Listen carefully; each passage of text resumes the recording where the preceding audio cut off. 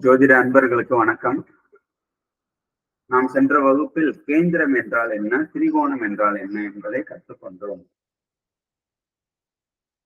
அடுத்து ஒரு குறிப்பிட்ட முக்கியமான ஸ்தானங்கள் மறைவு ஸ்தானங்கள் என்று கூறப்படுவது, அதை பற்றி நாம் வரும் வகுப்பில் காண்போம்.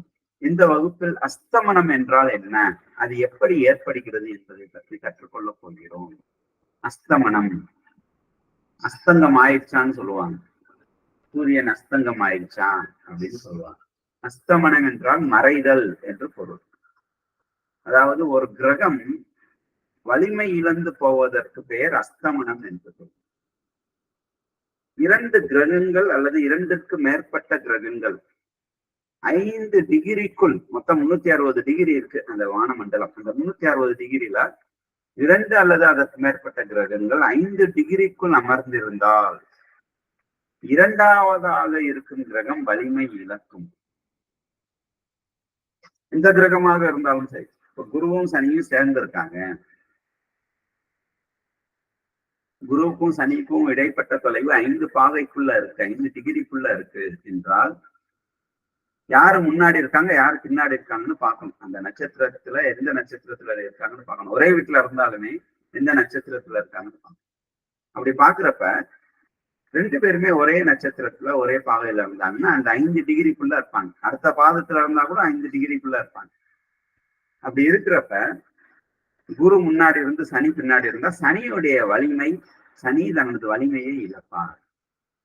அப்படின்னா குருவுடைய தன்மையை அது எடுத்துக்கொண்டு செயல்படுத்துவார்.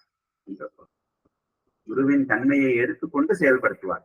சனி தன்னுடைய வலிமையை இழந்து அதற்கான பலாபலன்களை குருவின் பலன்களை எடுத்துக்கொண்டு அதன் மூலமாக வழங்குவார் என்று சொல்றார்.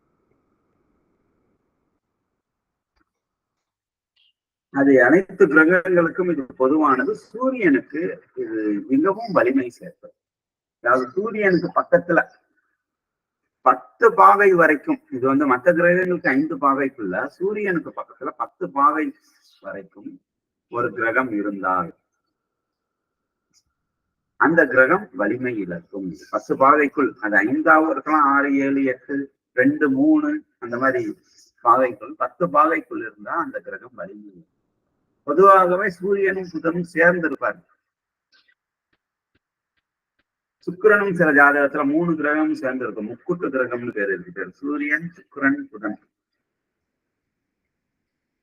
இப்ப சூரியன் எந்த நட்சத்திரத்துல நிற்கிறாரு, புதன் எந்த நட்சத்திரத்துல இருக்காரு, 2மே ரொம்ப பக்கத்துல இருக்காங்களா அப்படின்னு பார்க்கணும்.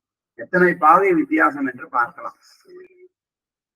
10 பாகைக்குள் இருந்தால் புதன் தனது வலிமையை இழந்து சூரியனுடைய வலிமையை பெற்று அதன் மூலமாக அதனுடைய பலாபலன்களை வழங்குவார் என்று பொருள். ரொம்ப பேர் அஸ்தமனம்னா அதனுடைய வலிமை பயிற்சி அவ்வளவுதான் அர்த்தம். அப்படி அர்த்தம் அல்ல. அந்த கிரகம் வலிமை இழந்து எந்த கிரகத்தின் அருகில் அது நின்றதால் வலிமை இழந்ததோ அந்த கிரகத்தின் தன்மையை வாங்கி அந்த குறிப்பிட்ட தசாகாலத்தில் அதனை செயல்படுத்தும் என்பது பொருள். அதனுடைய பலாபலன்களை இந்த வலிமை பெற்ற கிரகத்தின் மூலமாக பெற்று வழங்கும் என்பது பொருள். இதுவே அஸ்தமனம் ஆகும்.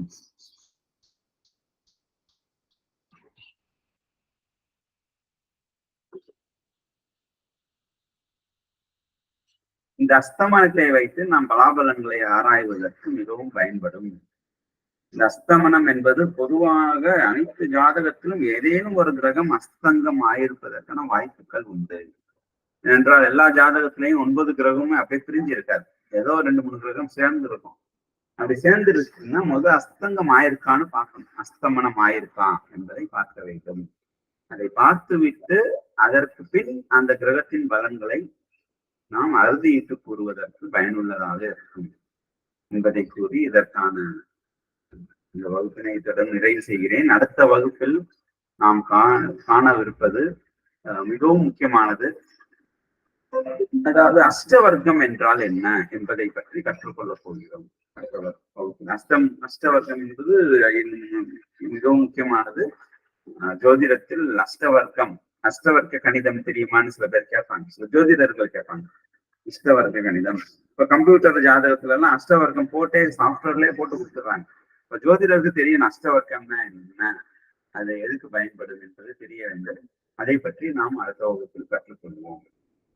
வாழ்த்துக்கள். நன்றி.